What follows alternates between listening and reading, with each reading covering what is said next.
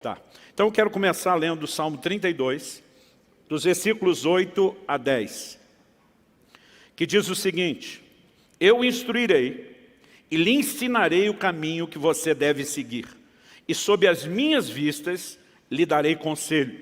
Não sejam como o cavalo ou a mula, que não têm entendimento, que são dominados com freios e cabrestos. Do contrário, não obedecem a você.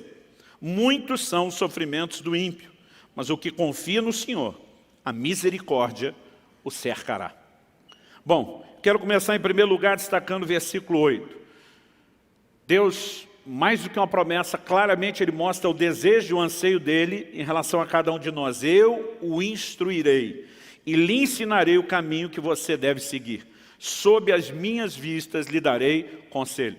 Uma das coisas que eu enfatizei semana passada foi que Deus não apenas prometeu um caminho, mas juntamente com a promessa de um caminho, o caminho santo, como Deus fala por boca do profeta Isaías, é que enquanto trilhássemos esse caminho, haveria uma voz atrás de nós dizendo: esse é o caminho, ande nele, não desvie para a direita, não desvie para a esquerda. Em outras palavras, Deus não apenas propõe um caminho, mas Ele oferece recursos para que a gente possa trilhar de forma bem-sucedida esse caminho.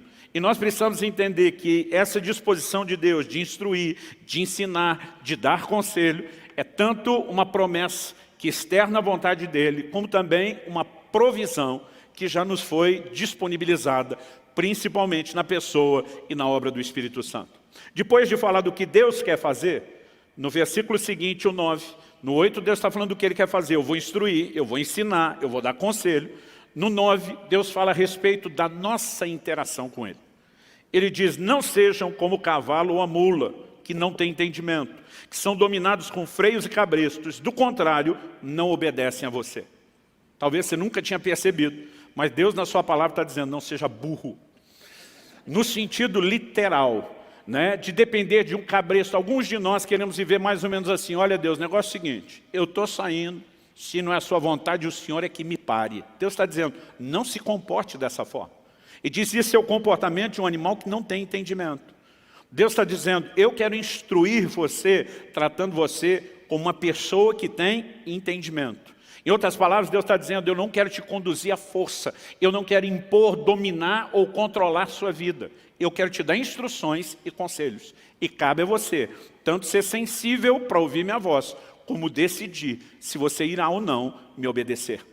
Então nós, se por um lado podemos esperar na vida cristã essa dinâmica de instruções da parte de Deus, e é lógico que temos as instruções gerais, genéricas para todo o cristão, estabelecidas na palavra de Deus, mas nós também precisamos viver num relacionamento com Deus esse aspecto e esse ambiente de direcionamentos pessoais, de coisas que dizem respeito à nossa vida, ao nosso chamado, ao cumprimento do nosso propósito, a maneira como não apenas nos relacionamos com Deus, mas como conduzimos a nossa casa e assim por diante. Então, entender isso é importante. O verso 10 termina dizendo: muitos são os sofrimentos do ímpio. Para mim, está presumido aqui no contexto que justamente porque ele não vive o recurso de um Deus que ensina, que instrui, que dá conselho, ele acaba se dando mal. Mas a Bíblia diz: mas o que confia no Senhor, a misericórdia o cercará. Muitas vezes essas instruções e conselhos de Deus são expressões e manifestações da sua misericórdia para nos conduzir a viver algo melhor e para nos poupar de sofrimento.